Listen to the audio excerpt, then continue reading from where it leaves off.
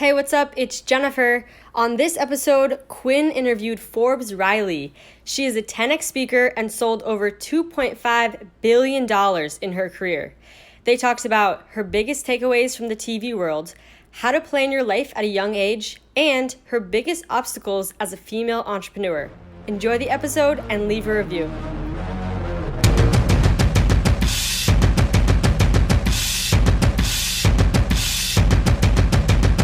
All right, hey guys, and welcome to the Nouveau Riche Podcast. So, Forbes Riley, I'm excited about this one. How are we doing? We are always amazing. That We're has to always be. amazing. I discovered if you complain, nobody cares. Love that. That's damn right. Where are you from? Sorry? Where are you from? I'm from the Netherlands, Rotterdam. I have a lot of friends in the Netherlands. I don't know why, but internet's very popular up there. A lot of my students, I've got like 5 young men in the Netherlands. Good for you guys. Right. All right, love that. So how old are you, by the way? How old I am? I'm 16. 16. Oh my gosh, so my daughter's 16 as well. Cool, love that. I had her when I was 42. I'm 59 years old. Nice. I know, Very good. which is interesting because it Very puts a pretty big gap. I'm pretty young-minded. Like I said, I hang out with my 16-year-old twins. Mhm.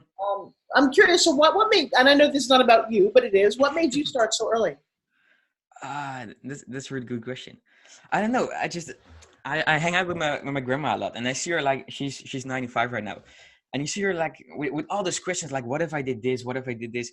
And I don't wanna ask myself that when I'm her age. So I'm like, start as quick as possible, do all these things, and make the best of it. That's my thing.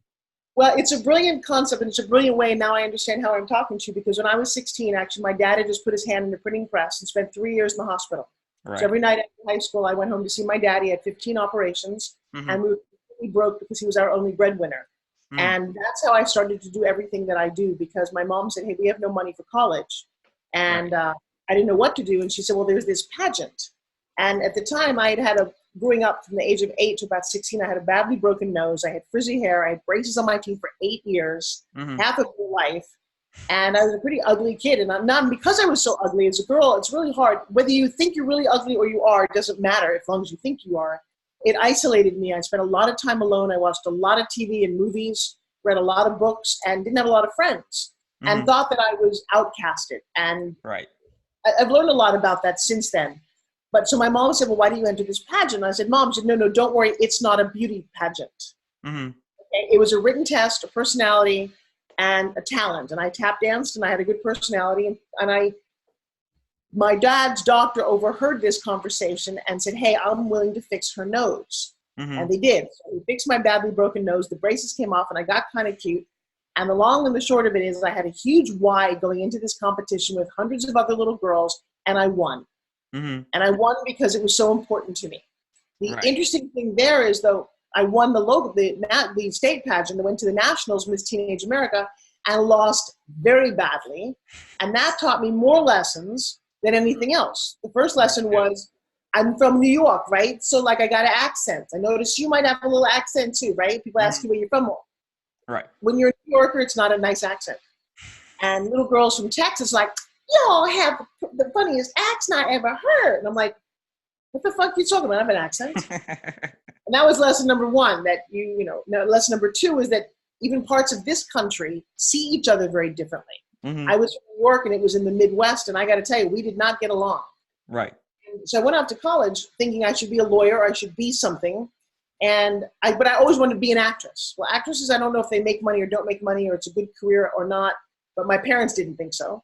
And it wasn't until my senior year when I auditioned for the biggest play they had ever done, and I got the lead role in that. When I asked the director, I said, well, why did you cast me? And he said, because. He said, have you met you? You've got a lot to say. You're passionate. You're powerful. You're engaging in the characters, all of those things. But the funny thing was, when he was 100% legally blind, he couldn't see all the things that were actually holding me back, my nose or my face. He only saw my soul. And the crazy thing, that was enough of a boost, of a mentorship for me to pack my bags and move to New York. And I got the lead in my very first feature film. Wow. That's beautiful. That's a beautiful story. That's great.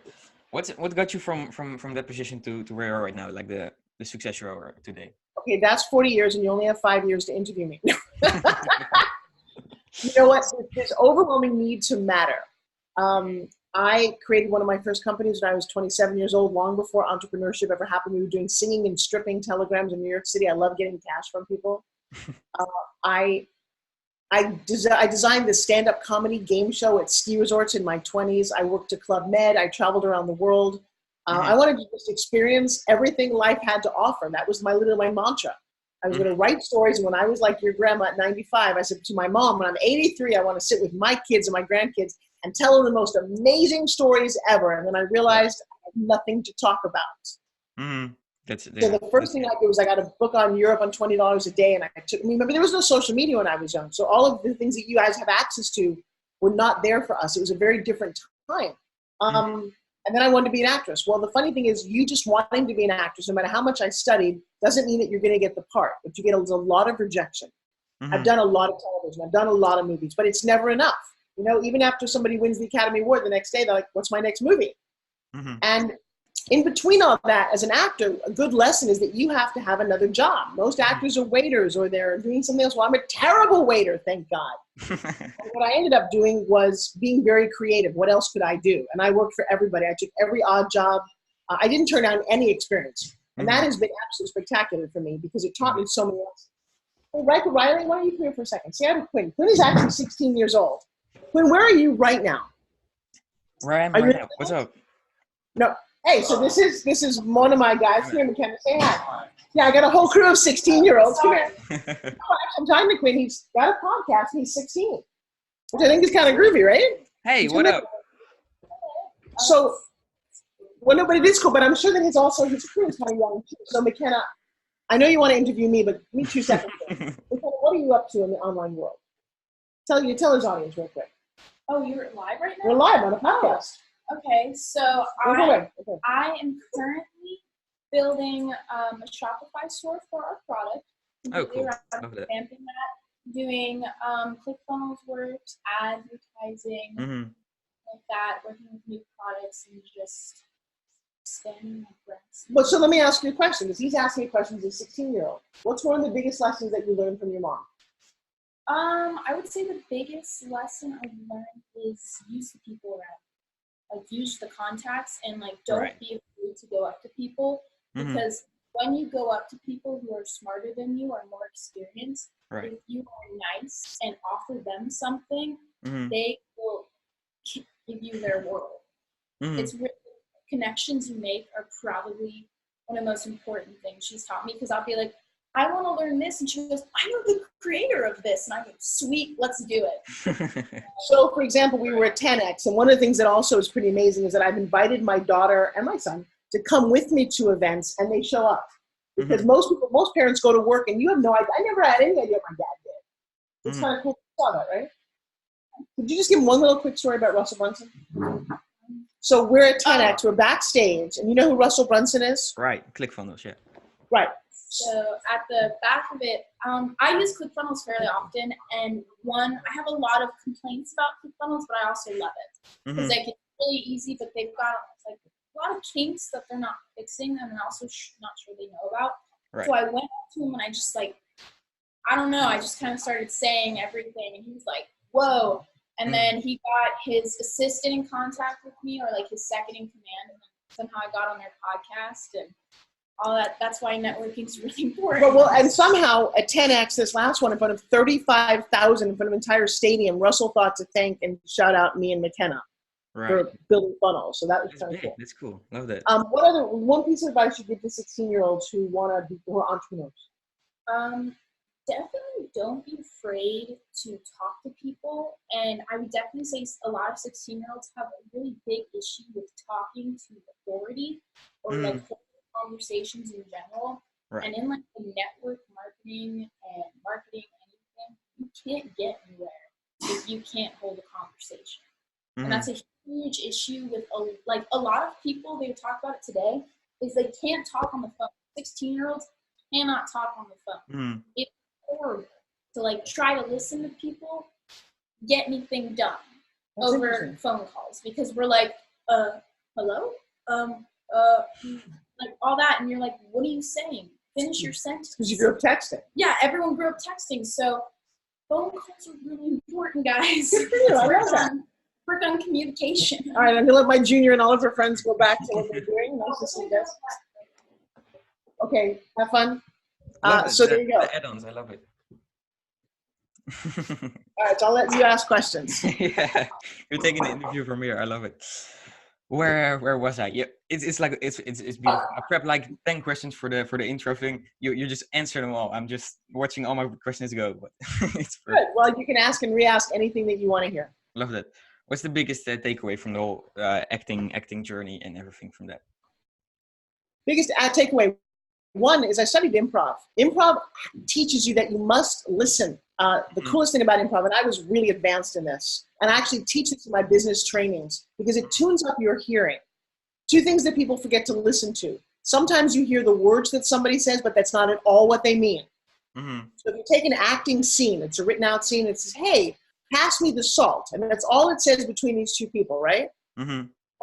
But if I asked you to pass me the salt, but be really angry, how might you say it?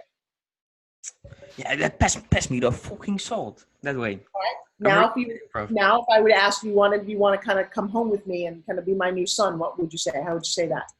Can you please pass me the salt? Right. So I love this. This is a good one. I love this. Right. So you use the same words, but it could even be more subtle. Going, pass me the salt. Well, what is that? So that's the phrase. You said it 3 different ways, but none of those is really what you meant. You don't care about the salt in any of them. Right. And so what you come to understand in acting is how to listen what people actually mean in spite of the words they say. Mm-hmm. So you get very intuitive with people. And then the second is to figure out it's more about them than it is about you. Mm-hmm. And you really learn that in acting class and scenes in improv. You learn how to be on stage, how to present. And I highly recommend that everybody should take acting classes. Mm-hmm. Because it's really a study in psychology that you don't get in psychology class. Right, that's it. No, that's big. I read that, but it's a good one to take action on, definitely. What's through all this, the few things you just told me and everything, how do you stay so energized and positive? I love your whole vibe. How do you do that? I don't know any other way to be. You know what? Life happens for you, not to you.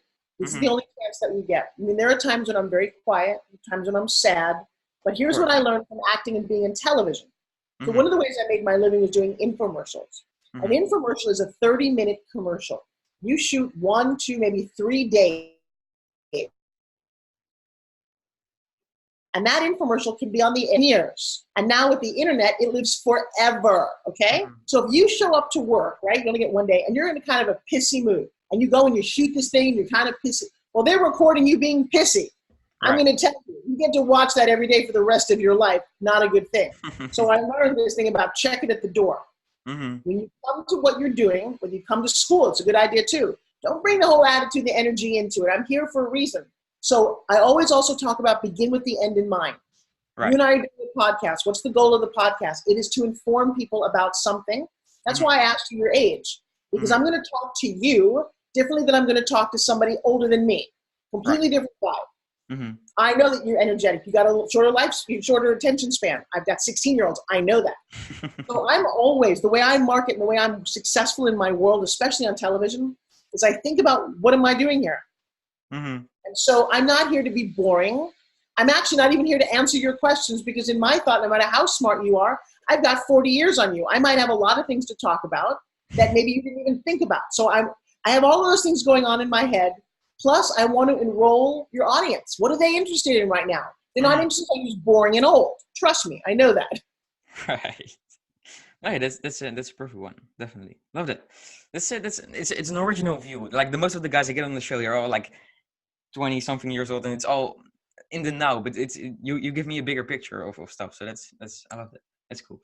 You talk a lot about finding your why and everything. Give me how did it work out for you? Because that's a big one. Your why should make you cry. Your why should be there every day. My why changed the day my babies were born. All of a sudden, your why is you got to feed these 2 little creatures. Then you got to make sure that you don't so busy in your job and so successful that you get to play with them and get to grow up with them. So my why was partly I wanted to make sure that Riker and McKenna had the most amazing life, but also the most amazing experience of their mom. And I really set that out. I'm in love now with a very fit bodybuilder. Right. I look at him and he's beautiful and fun. And now my why is, how do I stay in shape so I can keep up with him, because he's 17 years younger than me. Right. Trust me, he was, you were born the day, So that's a different why. And if you continue to find your why is I choose to be a role model to women on this planet, well, then you better live your life as a role model. And if you don't have a good why, I have to go to work and I'm doing it. Well, bullshit, then you're a boring person. Don't do that. Your why, because I want to make enough money to travel and see the world. Your why could be, it doesn't matter what it is, but if you can own it, then you can shift it. Right. Yeah, that's it. I did you find it? Because that's a thing a lot of guys are struggling with my age. Ask. Here, I'll play a game with you. And if your audience is watching, you need to listen to this. And I took a kid on stage. I'll tell you the end of the game at the end, but I'm going to do the beginning. The beginning is, I'm going to ask you a question. Okay, Quinn? Is that good? Of course. You cannot repeat the answer that you already gave me. And you cannot say, I don't know. That's the only 2 rules. Ready, go? All right. Okay, so what do you want? Success. Well, now that's a weird one. How do you even define success? Finding my true potential and living that. But that is not success. Trust me. That's not what you just said you wanted. So what do you want? I want to pursue my true potential every day, going after whatever it is that gets me to the next level. What do you want? Happiness. What do you want? Money. What do you want? Friends. What do you want? Health. What do you want? Yeah, what do I want? It's definitely a good one. I get your point, yeah. No. So you got a couple more. I'm not finished with the game. What do you want? A couple more. I know. I see you squirming. What do you want? You asked me how I find my why. I'm doing it for you. What do you want? That's it. It's a hard one. What do I want? I don't know. I know the money. Why did you say I don't know? You said I don't know. I know I didn't. Now that's the biggest lesson. No, hang on. So let's forget about you for a second. It's not about what you want. Just what you did, the exercise we just did. Gotten you so uncomfortable. I wanted to make a point, but I know. Trust me. We got a lot of, but here's what's interesting. I could go back, and by the way, I do this in my class. I teach a class called Forbes Factor Live, www.Forbes Factor Live. Check that out. Because here's a couple things that you said, and at 16, you're totally fine. But if you said those things to me at 40, and a lot of people do, you have some real issues. Right. Because what you said was, I want money. You have money. I don't know. Here's $1. Is that what you wanted? No, that's not what I wanted. Well, then start being more specific about what you want. Right. You said, look, Forbes, I want my rent paid for. It's $500 a month. And I want to pay for the next year. I need to make sure I've got $1,200 in the bank. That's a want. And so I hone. And by the way, you reacted exactly the way everybody reacts. Number one, you got kind of squirmy. Because most of the time in life, people haven't even realized, well, that's the whole point. What do you want? And so the point is, you don't want money. You want X amount of dollars in the bank to do something, or I need $500 to go on a trip. Notice how that's a different want? Of course, yeah. People say to me all the time, I want financial freedom. And I say, you know what? Go live in a box under the bridge. You don't have to pay a light. That's financial freedom. That's what you asked for. Right. So the universe hears you. The universe goes, she said she wanted financial freedom. I gave her to her. Now she's bitching she doesn't have a cell phone. So that's not what you wanted. No, so I started to really lay out on a vision board, and you take the time and you step back, and you, number one, when you're young, you stop worrying about everybody else. Well, Ty Lopez has this, and Grant Cardone has that, and Gary, no, they don't. First of all, you have no idea what somebody has, or what taxes they have to pay on what they have, or what their home life is. So stop looking at everybody else. Right. And by the way, the things that you post on Instagram are the really big cars. You would not post your Toyota because nobody cares. So it doesn't have to even be your Rolls you're standing in front of, but we do that to make each other feel bad. Knock it off.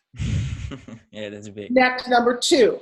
At 16, you don't have to be successful. You don't have to be rich. All you have to be is nice, friendly, well-groomed, happy. Okay? One of the biggest problems I see right now is, and I feel so bad for a lot of you guys. I'm 22 and I'm not a millionaire. Oh my God, what's wrong with me? Nothing! Nothing is wrong with you. Number one, be a kid. Mm-hmm. My son right now wants to go get a job. He just quit the football team as a quarterback and he wants to go get a job. I'm like, dude, why? Well, I don't have any money. I'm like, yes, you do. First of all, you don't need money. Your mom's paying for everything right now.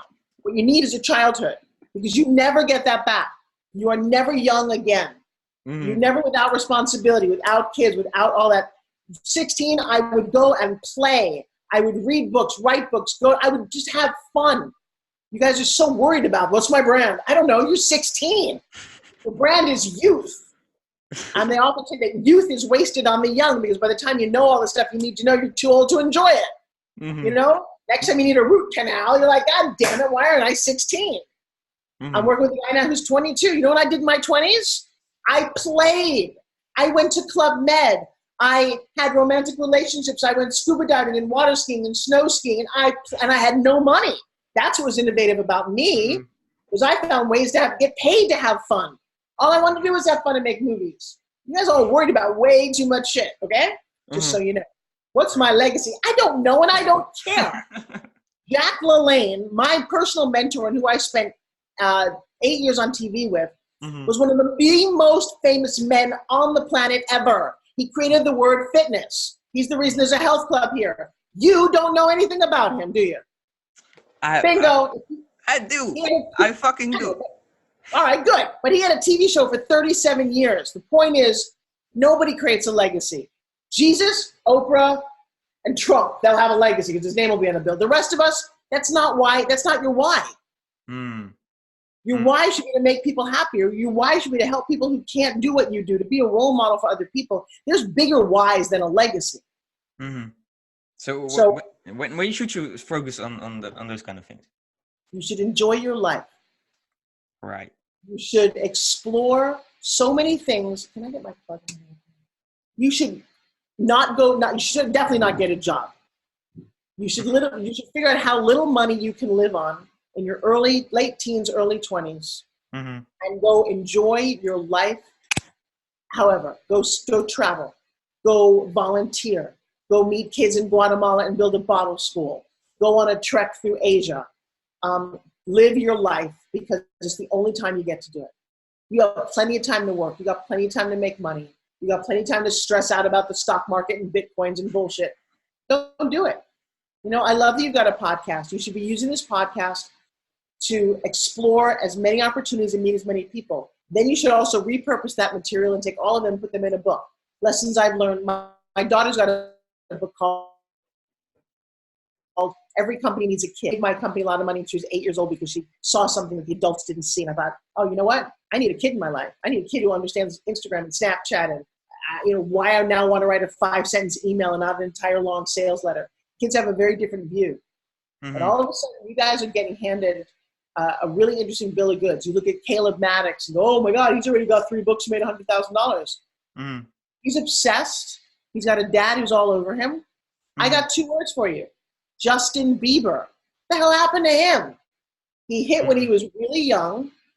Right. And he's playing in an adult world with tattoos, drugs, and women and drinking and sex. I'm sorry. He lost his childhood. So did Michael Jackson. And they died pretty unhappy.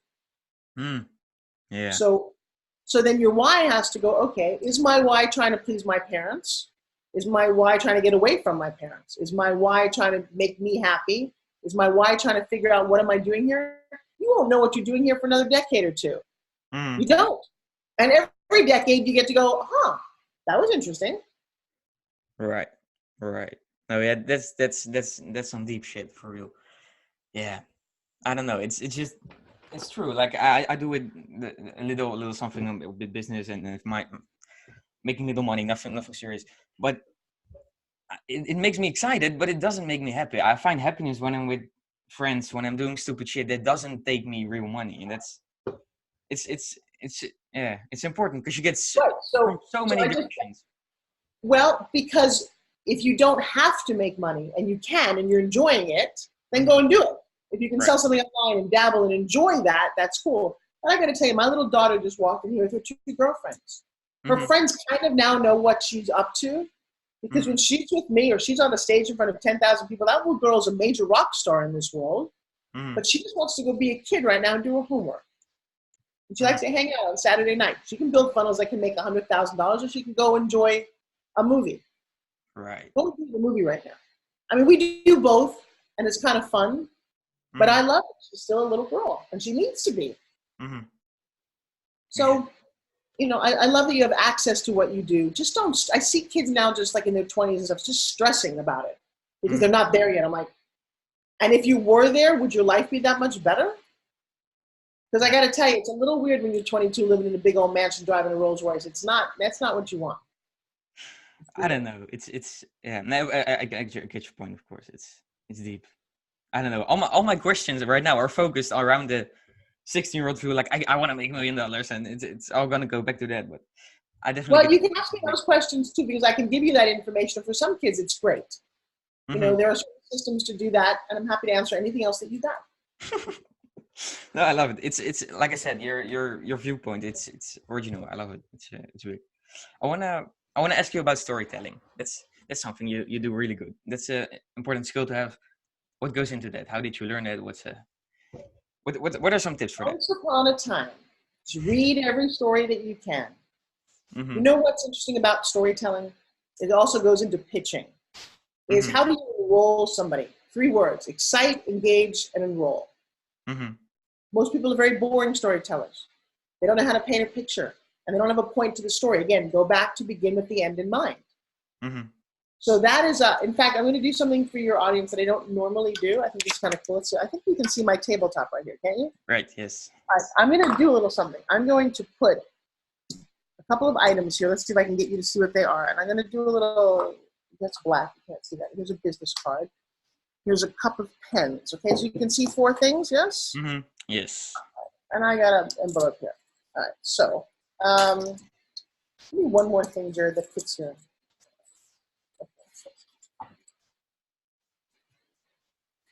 Okay. So, and then there's a soda can, okay, which we don't drink, but I know. All right, so okay. So I want you to, there's 5 things here. There's some cards. There's my business card. There's a business card. So we'll do my card, somebody else's card, blue pen, soda, and a whole bucket of pens, right? Yes. So I talk about begin with the end in mind. Would you, Mr. Quinn, give me the name of 3 of those things? What do you mean? And what's just 3? Just kind of virtually point to 3 of them.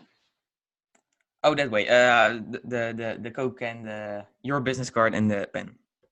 Okay. All right. So I'll take away the things you didn't point to. Okay. So now we have left my business cards, Coke, and a pen. Would you say 2 more things? The pen and your card. I like your card. There you go. I know you like my card. All right. So now I got 2 things left. Okay. Pen and cards. Mm-hmm. Let's go for the card. Okay. So everything that you've pointed to, I've actually taken away, leaving the pen on the table. Whether you liked it or not, it's what you left on the table. And somehow I predicted that you would, in fact, be leaving a blue pen on the table. I only have 1 prediction. Right. How did I do that? You tell me. Begin with the end in mind. It's a magic trick I actually teach in my class. Mm-hmm. Think about it you'll think about it for a while, but here's what's important. I made a prediction before it even started, so at some point that had to come true. So in general, when you tell stories, can you take people on a journey? Mm-hmm. Can you use testimonials? Can you say things like, I'm a host on television, and I had a chance to meet Oprah Winfrey, and Oprah turned to me and said, Forbes, I'm a host, but I love listening to you and watching you. Well, that made my heart go crazy. Mm-hmm. That's a testimonial. Did you believe that? Yeah, that's big. Right, it's cool, except I've never met Oprah. I just made that up. So, but you can actually use testimonials as in a conversation. You can tell somebody how wonderful you are. Mm-hmm. And then you always have to have a point. Why are you telling the story? Mm-hmm. If that's all you had was the point first, then you tell the story. Don't start with the story and hope there's a point. Cool. This is exciting. I love it. It's a whole different. Like I said, normally the guys I talk to, it's do this, that's it, done. But it's the way you talk. Yeah, you know what, and that's great. You need to learn systems. I have lots of systems in my life. I have lots of software. I like it this way. I appreciate but I'm so much bigger than that. And then we're going to get to this.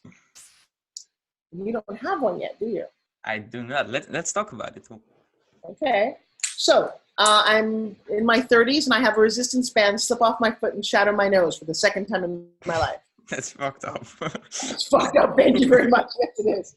And I said, you know what? I got to find a piece of equipment that really works for me. Here, I'll actually write some things because I don't know how you promote your podcast. Like here, if you type this, if you go to YouTube, because I'm real big on YouTube, you type in my name. If you go to Forbes Riley plus Fit TV, you'll see how I started the concept of selling fitness products on television. In my career, I've sold 1,500 different fitness products. I have grossed a little over $2.5 billion. Big. Yeah, I was there when infomercials started. I also have a big knack for seeing where things can go. My daughter saw Bitcoin long before it came, and I wasn't smart enough to invest in that one. But I do see trends, and it always helps if you're on that. And about 10 years ago, I found this. Actually, I found it in silver, something like this. And it's basically a Chinese toy that is used as an office de-stressor. And I said to the gentleman, I said, no, this is like a fitness product. You can work your arms, your abs. He's like, no. He's British. He's like, no, it's an office de-stressor. I'm like, well, I said, how do I get one? He said, well, I could give you this one. I said, no, how do I get the company? And a long conversation. It ended with, I bought his company and I gave him a small royalty back. And I took this and I converted it into one of the world's leading fitness products of all time. Okay?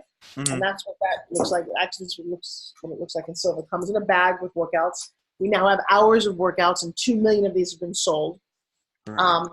And I just had a vision and a concept, and I will share with you. I took it on a national reality show where I spent 5 months filming that. At the end of the show, I got my head handed to me on a platter. I was embarrassed in front of the entire country, told to go home and this would never work. Wow. So, number one, you are the sum of the obstacles you overcome. You will not always win, and odds are you'll learn a lot more from the lessons that you lose. Of course, yeah. Well, it's painful, but I will tell you, you learn. And I then morphed it into home shopping. I did an infomercial. I couldn't stop talking about it. And today, like I said, we sold 2 million, and give me the next year and you'll know all about this. It literally is the fidget spinner of fitness. But how do you find a product that you're so passionate about? Like, because that's a big one. Yeah, I spent 40 years of my life looking for it. Right. But I'm not kidding about that. Well, I'm not kidding about that because in my 30s, I think Suzanne Summers came out with the Thigh Master and Tony Little had the Gazelle. And I literally sat on the sidelines. I was promoting a lot of other people's products on television. And I thought to myself, wow, I don't know. Everything's been done. How do I find what I want? Right. And so I'll give you a little secret that I don't know what you believe in religiously or spiritually, but there's something beyond you and me. You know how I know that? Is because every winter the leaves die and every spring they come back and I had nothing to do with it. Of course. So there's some force, some universal energy or God or whatever you want. Something is real, okay? And what's interesting about that concept is that if you figure out what you want, plug in your why, and go for it, stuff will happen. You can actually manifest, and this is the biggest thing, and like I said, I've got 40 years on you. You can manifest what you want by doing those steps. Figuring out what it is within an inch of its life, figuring out why you want it, what you're going to do with it, and then watch what happens. And I have done it over and over and over and over again in almost a magical way to prove to myself how we call it Forbesing it. What have you Forbesed lately? What have you Forbes? So what did you create in your life?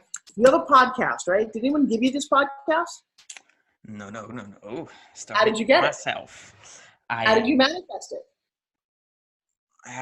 I'll tell you, my business failed. One of my startups, one of my little things, I was like, I gotta make this work. What can I do? So I was like, I gotta surround myself with the people that got successful. And I was like, so stop for 1 second. So listen to yourself. What did you want? You wanted to get past the pain of a first failed business. You wanted something that worked. You wanted to communicate with people. That was your want. Of course, yeah. Well, but now, of course, that's what you're doing now. You manifested this. No one gave it to you. It started out as kind of a dream, right? Of course. I'm going to do a podcast. Then what's the next thing? You feel, well, why do I want to do this? You actually checked in with yourself whether you did it consciously or not and said, well, I'm the right age. I'm the right this. I want to do this, this, and this. And then what did you do? You took action. You bought the microphone. You bought the software. You learned how people do this. You learned how to reach. You did my system. You just didn't realize it. But it's how everybody gets what they want. They don't realize it. Any couple that's standing up there getting married, Exactly that. They had a vision in their mind of what they wanted. They probably went through a lot of people they didn't want. They found the one they want or very close to that. They figured out why they wanted to get married and what they wanted to do. And then they went ahead and planned a very expensive wedding and did it. Of course, yeah. And I don't know if it couldn't last, but they got to that moment. Every time you create something, we tend to forget how we did it. Yeah. So what's the next thing you really want? Well, when you said success, I don't know what that is. You might want to say, I want to have 5,000 people who are really famous on my podcast over the life of my podcast. I want my podcast to have 50,000 downloads. I don't know. Pick a what you want, and then make that happen, and then move on to the next one. Yeah, but why? Because now you got me thinking, why? Well, that's that, because if that is your why, well, the why is always because you have to figure that out. So why do I do this? Why was this important to me? My mom was 260 pounds my whole life. She was basically obese. She lived in a moo-moo. She couldn't roller skate, she couldn't swim, and she couldn't bike ride with me and my sisters. And one day I bought her, I was in my 20s, I'd made a lot of money. And by the way, money is not success. Money is a skill. You can make it, you can lose it. Okay, that's great. It's also abundant, but it's not, trust me, it's not the end game. And so I took her to a health club. I bought a year membership. It was very expensive. I got her to the front door and she wouldn't go in. I'm like, Mom, let's go. She's like, I can't. I'm like, yes, you can. There's the door. I can't. Like, okay, I'm sorry. What can't you do? She's like, look, I thought I could. It's why I got down here, but I can't go in there. They're all bodybuilders. They know what they're doing. They're going to make fun of me. I'm old. I'm fat. I don't want to be here. It's embarrassing. I'm going home. And she did. What the? Really, Mom? Okay. So I love my mom so much. I said, well, maybe there is something I can do to help her. Maybe I can create workout, fitness program, things to do at home that would make her feel comfortable, would allow her to get fit. Here's the problem. She never did. She didn't get it. And so my personal mission became, number one, I'm not going to end up like her. That's a pretty big why. Why do I do what I do? I don't want to look like my mother. But sometimes you can go away from pain or towards pleasure. It doesn't matter how you get there. And so I became a little obsessed with this. Well, what does food mean? What does medicine mean? What is holistic Eastern medicine? And then I created this as, you know what? This thing doubles your heart rate in less than a minute. You can do it if you're in a wheelchair. You can do it if you're a fit athlete, and everybody needs one of these. And I became obsessed because, as a couple of your mentors, I'm sure will say, the true secret to that level of success of a business is massive obsession. Of course, big one. Grant Cardone is obsessed with ClickFunnels. Forbes Riley is obsessed with Spin Gym. You get obsessed with it. That's all you do. And you can't do everything. So you do the couple things you do and do them really well. Yeah. It's like I said, love it. The way you talk, I love it. The whole Well, I will tell you that some of my audiences, that I used to do these mansion parties for kids 16 to 22. Cool. I have a couple of friends I helped start Casey Adams, Jaden Gross, Human Nori, the prankster, the guy who's got 100 million. Those are all friends of mine. And they start taking me to these parties where all young kids and young YouTubers, Instagrammers, drop shippers, whatever they wanted to be doing. Right. And I loved talking to them. And it's funny because you're not my quote unquote demographic. Oh, you just talk to women's groups? I'm like, does Tony Robbins just talk to men? No. But I love talking to young men because I know all the other voices that you're hearing, and none of them wear a dress like I do. None of them seem to be your mom, but I'm not. Right. And none of them that I've talked to have been as transparent about failure as and as a woman, it's different. I'm more like you as a young man than a successful man is. The successful men have a whole kind of macho thing going on. I'd say you're still a kid. There's still a level of innocence about you. That is, well, but I'll tell you something. Life is different when you're a man and when you're a woman. It really is. Yeah, that was something I wanna get into. My little sister, I'm kind of like helping her starting out in her own new things, but I think it's gonna be harder for her because she's a girl in this world. It's still thin. Is that don't take out the word It's not hard if you're a girl. It's just hard. It's hard if you're a boy. It's hard if you're a girl. It doesn't matter. No? It's different. Here's the thing you need to know, that she will be a girl her whole life. Of course. And being a girl is a whole nother conversation that I do just to young girls. You don't want to be a boy. You don't want to be masculine. You don't want to be really tough. You want to be a strong version of you. There's a lot of conversation that we're going to have in the next couple of years that I'm going to be part of here as a thought leader. that says, don't run like a girl. Don't run like a girl. You know what? I'm going to run exactly like a girl, which means to run powerfully and strong, and maybe have to do it in a pair of high heels because that's part of the deal. Being a girl, when you get married, they make you give up your last name. Excuse me? What the hell's up with that? And we still do it. I had to give up my name. I was 5 years old when I got married. People knew me by my name. Next thing you know, I'm married. I got a new name. Boys don't do that. You don't see this face here? See how beautiful that face is? I see it. 45 minutes to an hour of makeup that you don't have to do. That means every time Gary Vee wants to do a Facebook Live, he picks up the phone. I want to do a Facebook Live. It's, oh shit, all right, give me 45 minutes, I'll be back. Mm-hmm. That's true of almost all girls who want to look a certain way. Mm-hmm. So you just experience life differently than we do. And it's not necessarily harder, it just is. Or some things you got to take into account with because it's still kind of like mostly in business, it's all men. So how do you, 95% or something is men. So how do you deal with that as a woman? Beautifully. Here's what you do. You come to understand men a little bit better. Mm-hmm. You try to match them at their level. I'm very often on these major speaking tours, I am one of the only women. When we did 10X, did you see that? I saw it, yeah. Love it. Yeah, so there were only three women in the entire 24 men. So you just, sometimes you bitch and moan and complain. Mm-hmm. And you deal with it. Here's the thing that you come to understand in life. Being a girl should be the least thing that you deal with. I've got a girl, one of my students has half a face. She has a tumor on one side of her face. She's got a disease called NF. How do you deal with that shit? I've got Candy, who is 3 foot 8 inches tall. She's tiny. She's like that. She's so really cute. Every day people stare at her. How do you deal with that shit? You're black, you're white, you're Asian. It doesn't matter. How do you deal with anything? You just do. Embrace it. Go for it. Yeah, it all comes down to that. I like to talk about a lot of shit, but most of the time it all comes down to it. That's the conclusion most of the time. No, it's cool. It's definitely.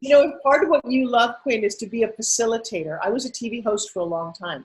It's a good position. If you found that you love this skill, I would continue to hone the skill. Mm-hmm. So you have an advantage, given who you are, because you're curious, you're knowledgeable, you listen. Mm-hmm. And you have a reason for wanting to get this out to people. I think it's very cool. And I think if you keep going, you can capitalize on the fact that you are young, because you won't be the youngest in a couple of years. Mm-hmm. So right now, that's kind of a cool niche to be in. True, of course, yeah. Yeah, that's cool. Appreciate that. That's it. I know. It's I gotta go into that. It's big. I wanna talk about networking, like getting your foot in the door with the big players. How did you do that when starting out, and how should the people listening do that? Well, so here's the question. Give more. My daughter just said it. Give more than you get. Mm-hmm. I mean, 100 people a day. One will get my attention. How did that person do it? So my question to anybody is, why do you want to get in with the big players? What do you want to do with them? I don't know. I like learning from them. That's why I started the show. Okay, so that's two different things. If you want to learn from them, make some money, because every one of them charges $25,000 to get in their masterminds. Not if you start a podcast. Well, no, that's okay. That's very true. No, you get an interview with them, but you may not get in their circle. So yes, one, start a podcast. So you can call them and say, "Hey, can I interview you?" And they'll get to know you that way. That's a great idea. I didn't have that access when I was younger. And then two, you just have to offer them something. So by doing a podcast, you're offering them access to the world. That's great, or access to your audience. Mm-hmm. Go work for them.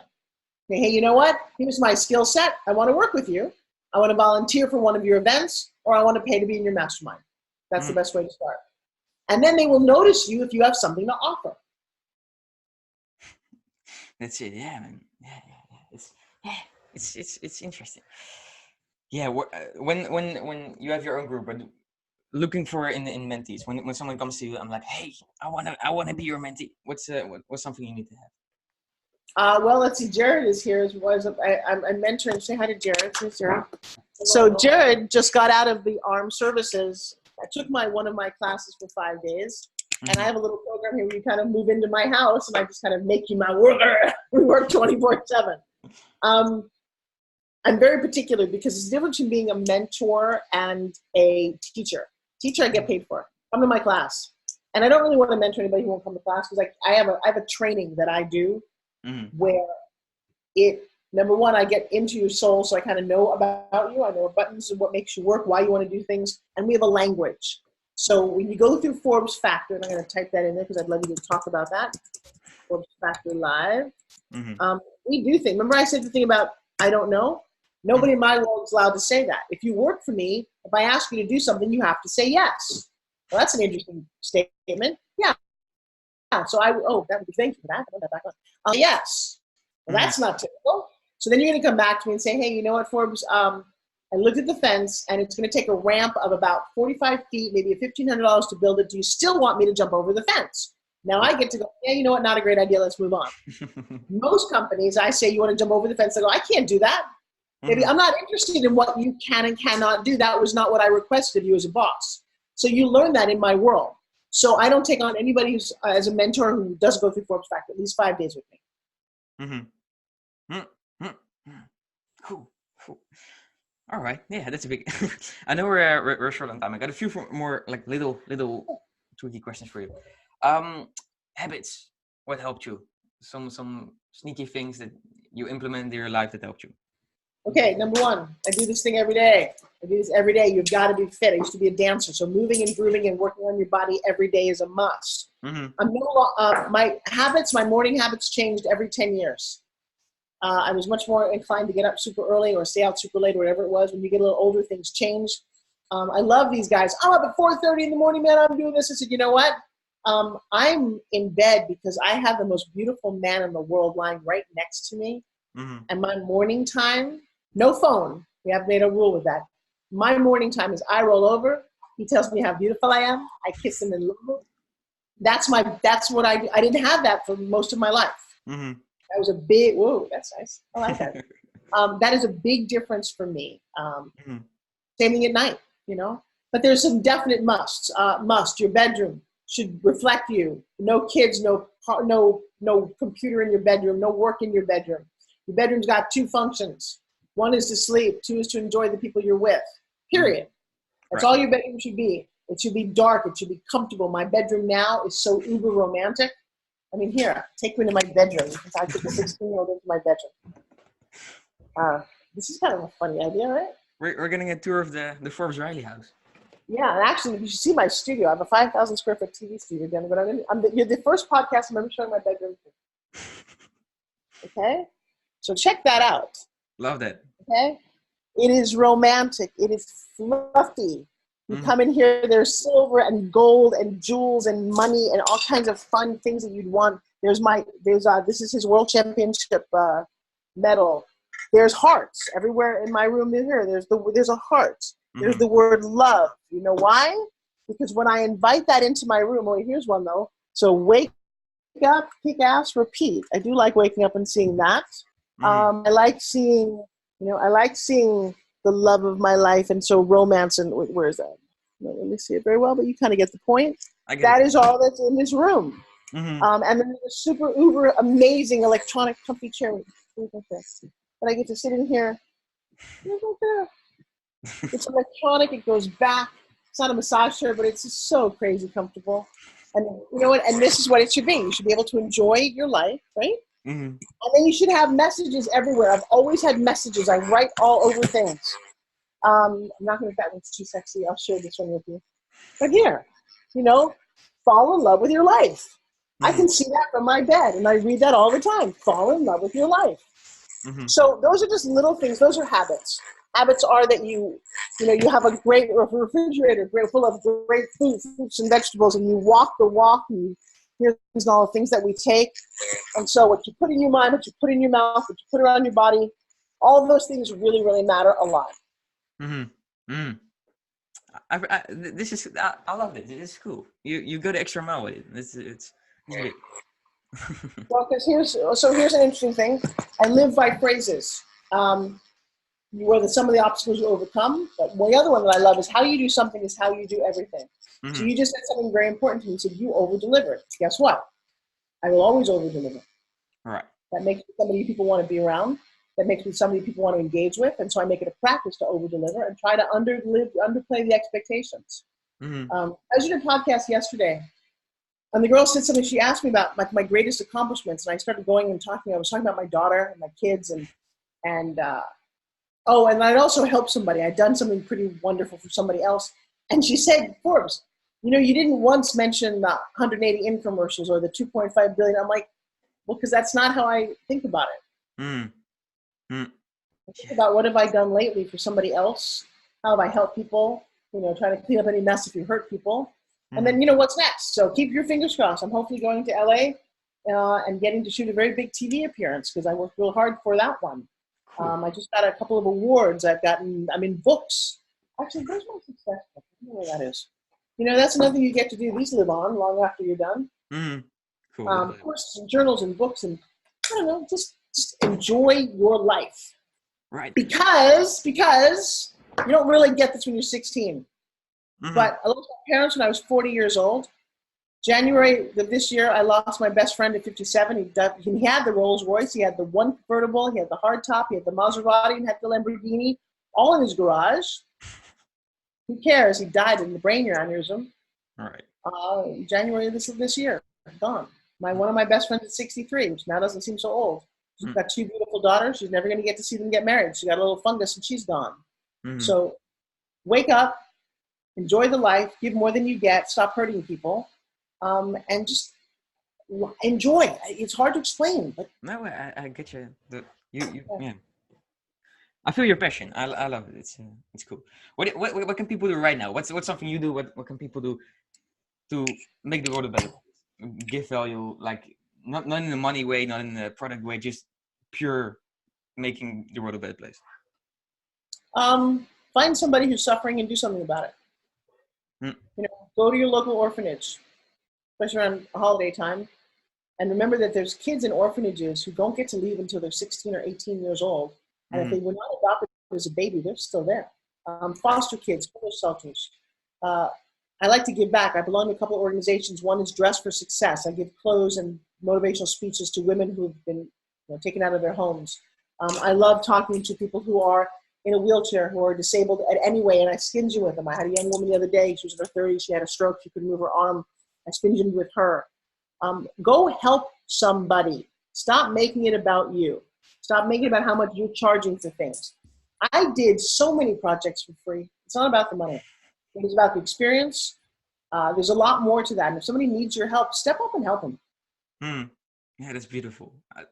It's true. I sometimes do that. I go to the, I don't know what's the word in English, where the old people live. I go there. I talk to these people. It gives me so much fulfillment. I don't make money of it. It's nothing. But it gives me so much happiness to see them smile. That's big. Yeah. Because that is your definition of success. And that's kind of an important thing. You talk about helping other people. Go do it. Too many people wait. I had a woman. I offered a very cool opportunity. She's very fit to be on television and just do a little something with me. So, well, how much does it pay? And I'm like, nothing. At the moment, it's like, I'm not interested. That's too bad. Because if somebody like Forbes Riley come up to me and said anything, and I did it many times, I jumped at opportunities. It's not all about how much you get paid in money. In fact, if you keep waiting for that, you're going to miss out on all the good stuff. Right. You're talking to your grandma. Grandma asks you to go do something. Just go do it. You'd be surprised. Go watch Karate Kid, okay? There is a real value on wax on and wax off. He didn't have any idea what he was doing, and I get it. But if you go do a chore with somebody and say, hey, I need you to help me move my house. Oh, I was going to play with my friend. You know what? Go do it. You'd be surprised the skills that you learn on how to tape boxes, on how to care. It doesn't matter what you learn. There's always something to be learned. Yeah, that's cool. That's great. I got one more question for you. I know that you don't know. So, my words. You don't know the whole story, of course, but from what you've seen right now, like the podcast, me talking to people, what would you do if you were in my position, like 16-year-old, still in school, got the network? Stop rolling around on my chair. That's one. That's a good one. I would. Okay, so if I were you, where do people find your podcast? Everywhere: Spotify, iTunes, YouTube, whatever. Okay, so how do you promote it? Instagram, TikTok. Can I my phone? I don't know where my phone is. Let me see your Instagram page for a second. I would, if you're going to go down this path, you need to write a book. Not a big book. You need to write a small book. Now, the book could be one of two things. The book could be a compilation of people I've talked to, and so you have other people in it. Just ask that permission. Say, hey, I'm putting you in a book. I want to transcribe some of my interview, and here's my top 10 interviews and things that I've learned. I would actually do that book. Right. When should you do it? Just do it, or Sure. some specific milestone? No. Like right here, I have a couple books. So I mean, here, this is just a book. It's not a big book, but I will tell you, when you go to events, hand the book to somebody. You need things that make you credible in this world at this time. Right. So I'm going to say that number one, any kind of book. So this is, the Lucky Quinn. You want to get lucky with Quinn, whatever it happens to be. And it's the top 10 interviews. It's the top 10 interviews that I've done on my podcast. So now when you go to events or you participate, or when you've got somebody on your show, you send this to them. This gives you a crazy amount of credibility. There's a tiny little book. You want to do that. Perfect. Then when you get lucky, as I have gotten, and you get more successful, people call you. This book is actually a coffee table book. And in this book, it is beautifully done. I mean, it's really an amazing book. I did not pay to be in here, but you can pay a lot of these books. This is a lot of celebrities. So here's some people that you might know. And it was 50 quotes from 50 very successful people. They called me and they asked me, there's Jerry Springer. I don't know if you know him. He's a talk show host here in the U.S. But I'm trying to find somebody that you do know. Sorry, I have to look for the page numbers. Okay, here it is. So you know Tony Robbins, right? Of course, yeah. Well, Mark Cuban is in the book. And then they asked me to be in the... Oh, wow. Wait, is that the same photo? I think it is. Very close. He's wearing the same white shirt. It's very interesting. He very rarely wears a jacket, but that's me. Love that. Cool. So, how did I end up in this book? Well, that's part of it. Get credibility and build your path. So that's what I would do for you. I'd write a little book. That's the first thing. And then keep doing what you're doing and with a sense of regularity. I want to look you up on Instagram real quick. I want to find you here. Yes, Lucky Quinn tree. The 2 ends and a tree. All right, hang on one quick second. Because I think you're on the right path. I think you're doing it. I think you're not aggressive. You're not me. You're very nice. You're friendly.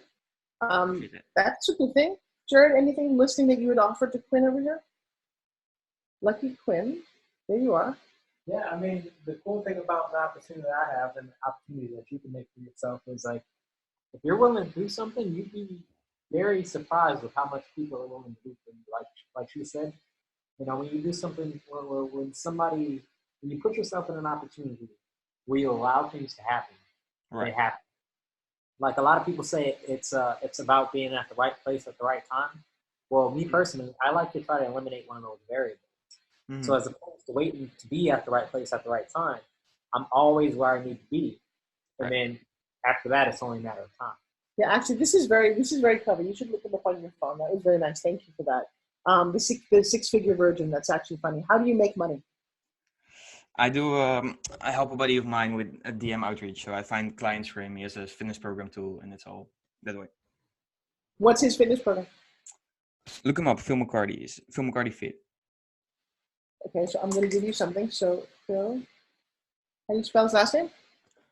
MC Cardi. What is that? You'll send that to me. But have you looked up Joshua? Because I'll tell you what, if he's got a program and you're helping him, I don't know if you've seen, but my fiance has a very smart, amazing program. He's a wonderful guy, but he doesn't have a marketing bone in his body.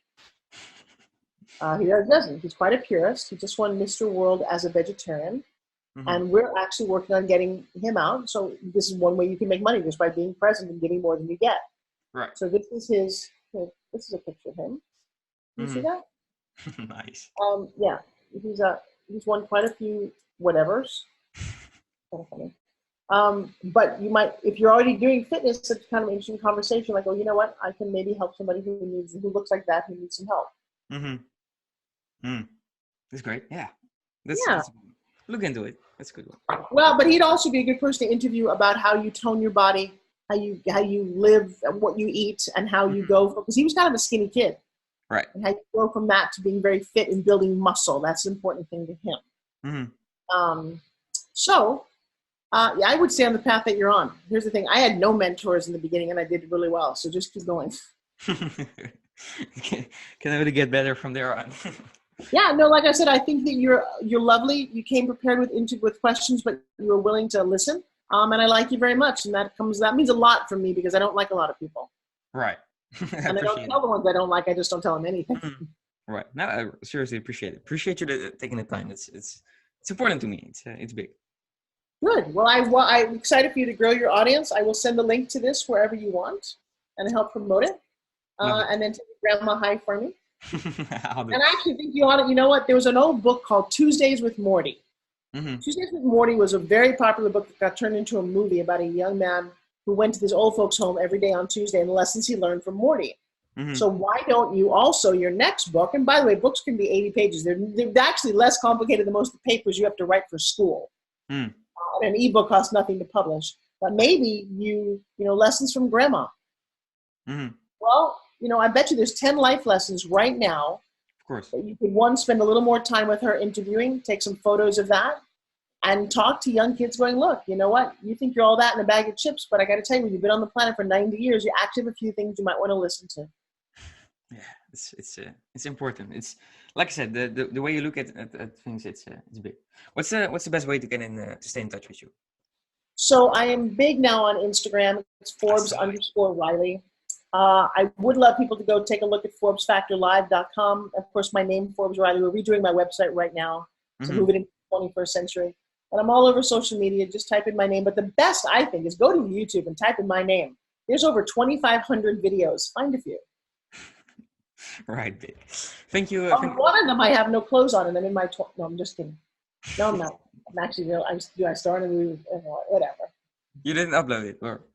No, but there is a movie actually you should go look. You should check out Splatter University. I was 22 starring in my first movie. It's a horror movie. I keep all my clothes on. But Splatter University is a very popular, now there's internet. My character, Julie Parker, she's got fans. People celebrate her birthday. It's weird. Right. It's a good old 1980s slasher movie. Right. I love it. Thanks again so much for taking the time. Appreciate you. Oh, you're wonderful. Stay in touch, and I will see you again soon. We'll definitely do. Appreciate you. Bye. Thank you.